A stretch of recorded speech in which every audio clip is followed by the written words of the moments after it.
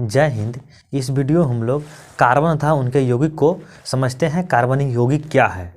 तो कार्बनिक यौगिक वो है जिसमें कार्बन परमाणु विद्यमान होता है।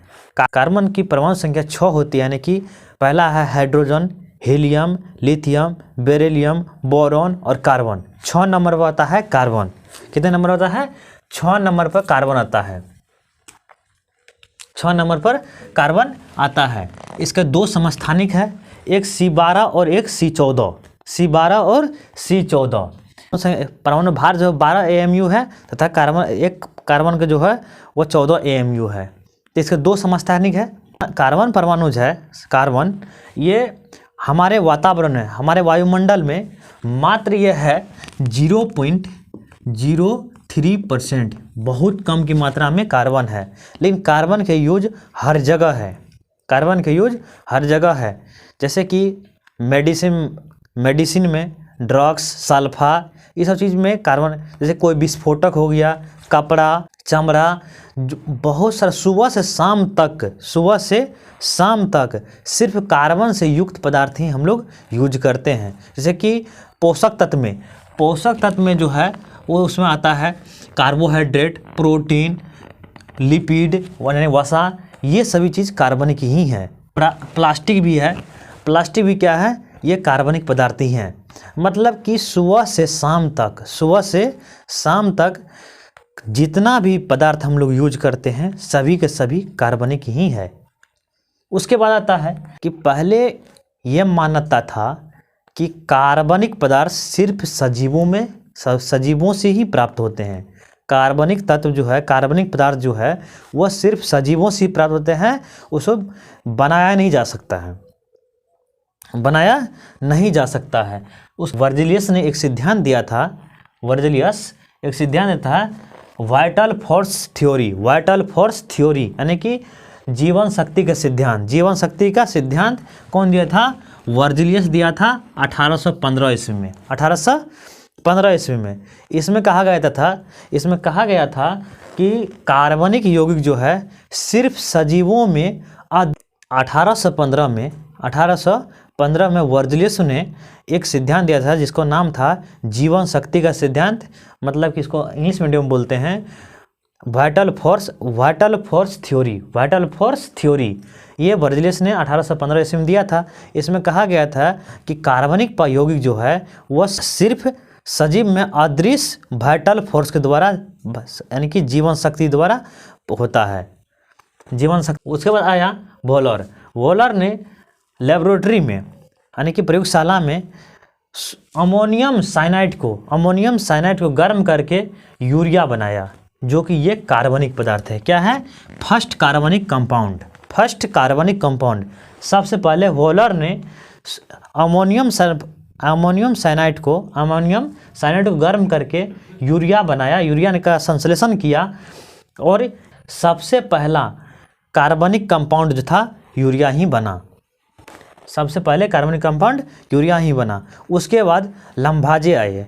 लम्भाजे ने दिखाया कि कोई भी कार्बनिक पदार्थ है तो वो हाइड्रोजन, ऑक्सीजन, हेलोजन, फास्फोरस, ये सभी चीज़ का उसमें योगदान होता है, विद्यमान रहते हैं।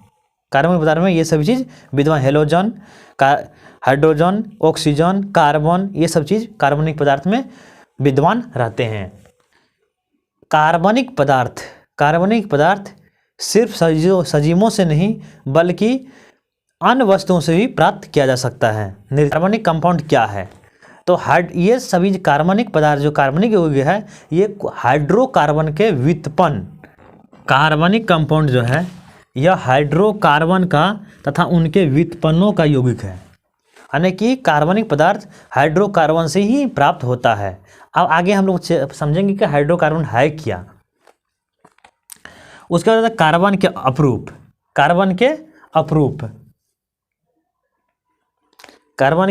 कार्बन के मुख्यतः 2 अप्रूप होते हैं। एक होता है डायमंड यानी हीरा, दूसरा होता है ग्रेफाइट।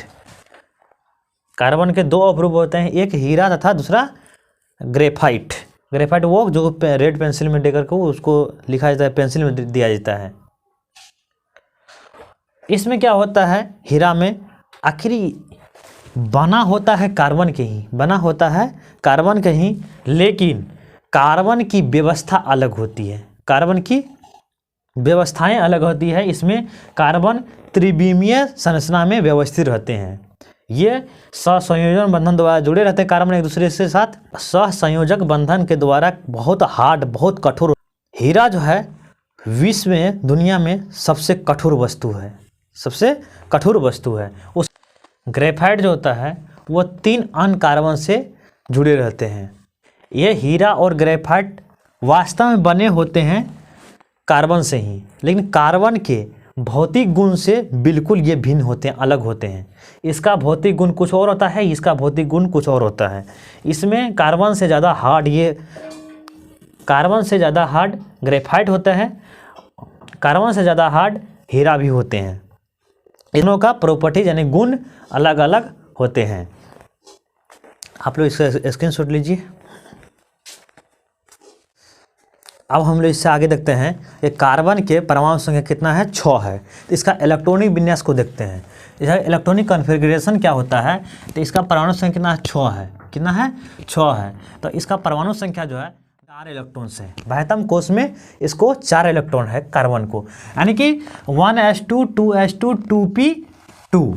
तो इसका बाह्यतम कक्षा में कितना इलेक्ट्रॉन है, 2 2 4 इलेक्ट्रॉन है। पहला में 2 इलेक्ट्रॉन, दूसरा में 4। तो कोई भी तत्व को 3 इलेक्ट्रॉन तक कार्बन परमाणु है। इसमें बीच में नाभिक है और चारों गोले 2 कक्षा है इसके पास। कितने कक्षे हैं, 2 कक्षे हैं। पहला में 2 इलेक्ट्रॉन, दूसरा में 4 इलेक्ट्रॉन्स होते हैं। तो इसमें 4 इलेक्ट्रॉन है। तो कोई भी परमाणु जो है अपना 3 ही इलेक्ट्रॉन दान कर सकता है या ग्रहण कर सकता है, या ले सकता है या दे सकता है। इसके पास 4 इलेक्ट्रॉन्स है।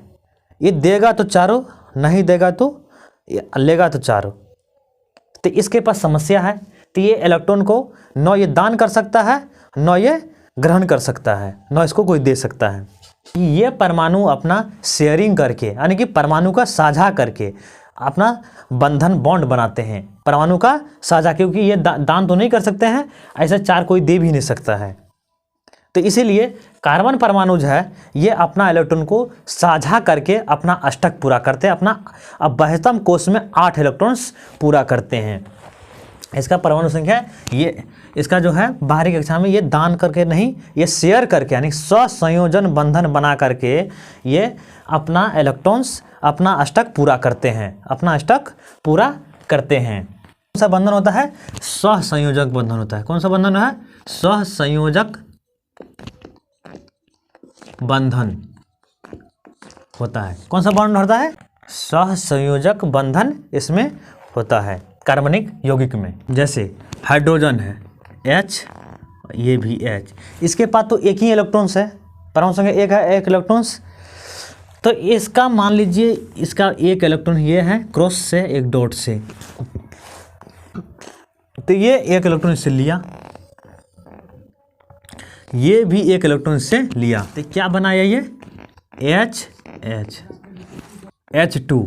H2 कैसे बना, तो ऐसे बनता H2 अपना बॉन्ड, अपना इलेक्ट्रॉन लेकर के। उसके बाद Cl2 कैसे बनता है, Cl, इसके पास कितना इलेक्ट्रॉन्स है, 7 इलेक्ट्रॉन है। तो इसको 1 इलेक्ट्रॉन चाहिए, यहाँ भी Cl, इसके पास 6 इलेक्ट्रॉन, तो 1 इलेक्ट्रॉन इसका, 1 इलेक्ट्रॉन इसका। तो इन्होंने और सब बंधन बनाए, इन्होंने इससे साझा किया, तो क्या बना, तो Cl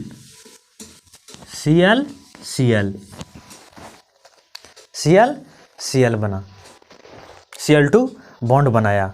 अब यहाँ आता है कार्बन, क्या आता है, ये सिंगल बॉन्ड हुआ, इसे क्या कहते हैं, सिंगल बॉन्ड। उसके बाद आता है ऑक्सीजन, O2 कैसे बनता है।